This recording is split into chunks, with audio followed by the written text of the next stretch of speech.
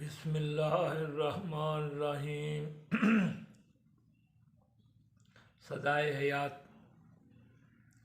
Voice of life episode 187A علم knowledge for mankind.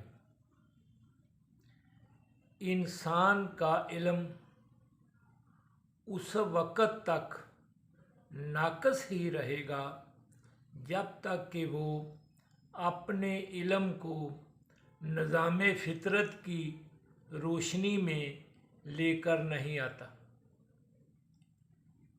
ساری کائنات نظام فطرت کی پابند ہے۔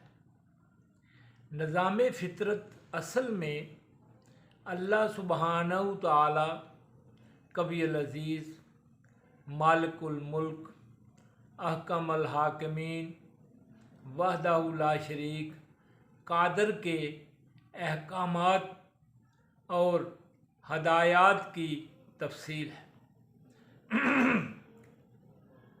کہ اس کائنات میں ہر چیز اپنی اپنی حدود میں رہ کر اپنے فرائض سر انجام دے گی۔ نظام فطرت کا علم اللہ سبحانہ تعالیٰ کے نبیوں اور پیغمبروں سے مل سکتا ہے یا پھر اللہ سبحانہ تعالیٰ کی بھیجی ہوئی الہامی کتابوں سے مل سکتا ہے۔ وہ آدمی جو صحیح راستے سے بھٹک جاتا ہے عموماً پریشانی میں مبتلا ہو جاتا ہے۔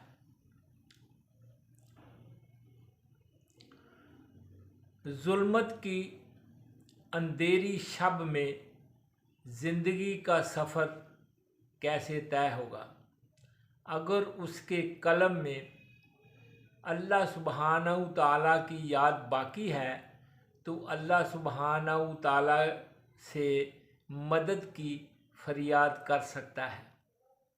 نور علی نور اس بندے کے لیے روشنی کا بندوبست کر دے گا۔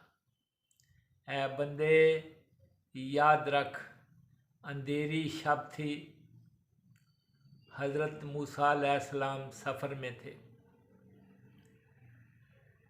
روشنی کا اشارہ دیکھ کر اسی طرف کو ہو لیے۔ راستے کی خبر لینے کے لیے درخت کے پاس پہنچے تو وہاں سے انہیں دونوں چیزیں مل گئیں، راستہ اور روشنی۔ زندگی ایک سفر ہے۔ اس سفر کو طے کرنے کے لیے صحیح راستہ اور روشنی کی اشد ضرورت ہے۔ حضرت موسیٰ علیہ السلام کو سمندروں نے راستہ دے دیا اور الہامی روشنی نے صحرائی ظلمتوں کو ختم کر دیا۔ معجزے حضرت موسیٰ علیہ السلام جیسے نبیوں کے لیے ہیں، لیکن عام انسانوں کو اس سے فائدہ حاصل ہوتا ہے۔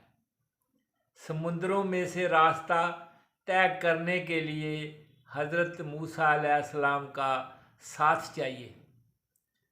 صحرا کی خوفناک ظلمتوں کو نیست و نابود کرنے کے لیے الہامی روشنی کا چراغ اپنے قلوب میں روشن کرنا ہوگا۔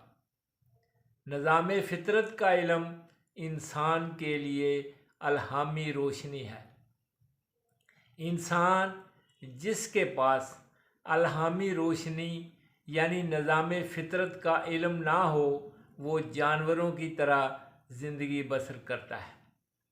اس کو ہر لمحہ خوف سے واسطہ رہتا ہے۔ امن کا خوف، بھوک کا خوف، پیاس کا خوف، مال و جان کا خوف، سردی اور گرمی کا خوف، بیماری کا خوف، صحت و تندرستی اور موت کا خوف मौसम की बदलती हुई हालतों का खौफ वगैरह वगैरह। इंसान को ये आज़ादी हासिल है कि वो अपने मतलब गौर व फिक्र करे और ज़िंदगी बसर करने के लिए सही रास्ते का तयन करे। सिर्फ़ और सिर्फ अल्लाह सुब्हानहू व तआला अलीमुल कदीर फातर की तरफ से भेजी हुई हदायत और अहकामात का इल्म ही उसे सीधा रास्ता दिखा सकता है। अगर वो इस रास्ते पर चलेगा तो उसे ज़िंदगी भर ना कोई खौफ होगा ना कोई गम होगा।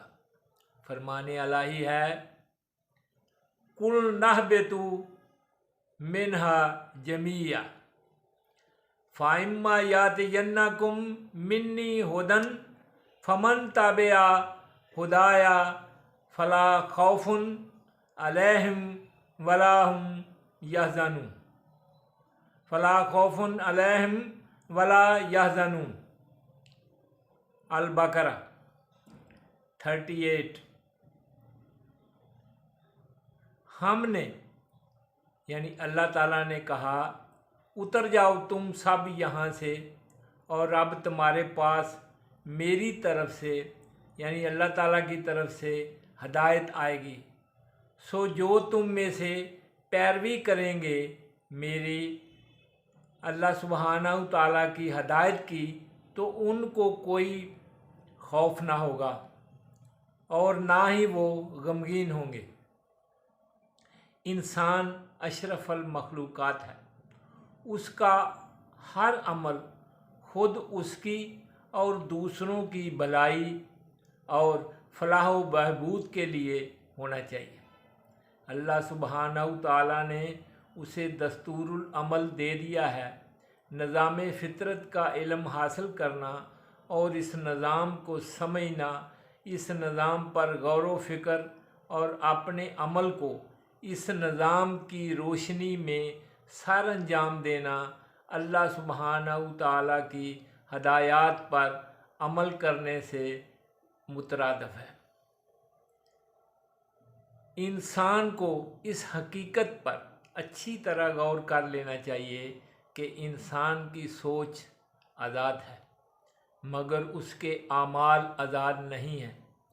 इंसान को अपने आमाल निज़ाम फ़ितरत के कवानीन के मुताबिक ही सारे अंजाम देना होंगे, वरना वो खसारे में रहेगा। इंसान ने परिंदों की तरह फ़ज़ाओं में उड़ना सीख लिया है। उसने अपनी मेहनत और गौर व फिक्र और अमल से हवाओं पर हुक्मरानी मसल्लत करने की कोशिशें तेज़ कर दी हैं। वो फ़ज़ाओं में बड़ी से बड़ी बुलंदी पर तेज़ रफ्तारी से उड़ सकता है। उसे अपने इल्म और अपने तजर्बे पर बड़ा नाज है, लेकिन उसका ये सारा इल्म और तजर्बा उस वक़्त ज़ख्मी परिंदे की मानत डगमगाने लगता है जब फ़ज़ाओं में उड़ते हुए हवा का खला एयर गैप आ जाता है। इंसान को अच्छी तरह ये बात समझ लेनी चाहिए कि इस कायनात की हर चीज़ का मालिक और खालिक और फातर अल्लाह सुब्हानहू ताला वहदहू ला शरीक कादिर है। यही हदायत है।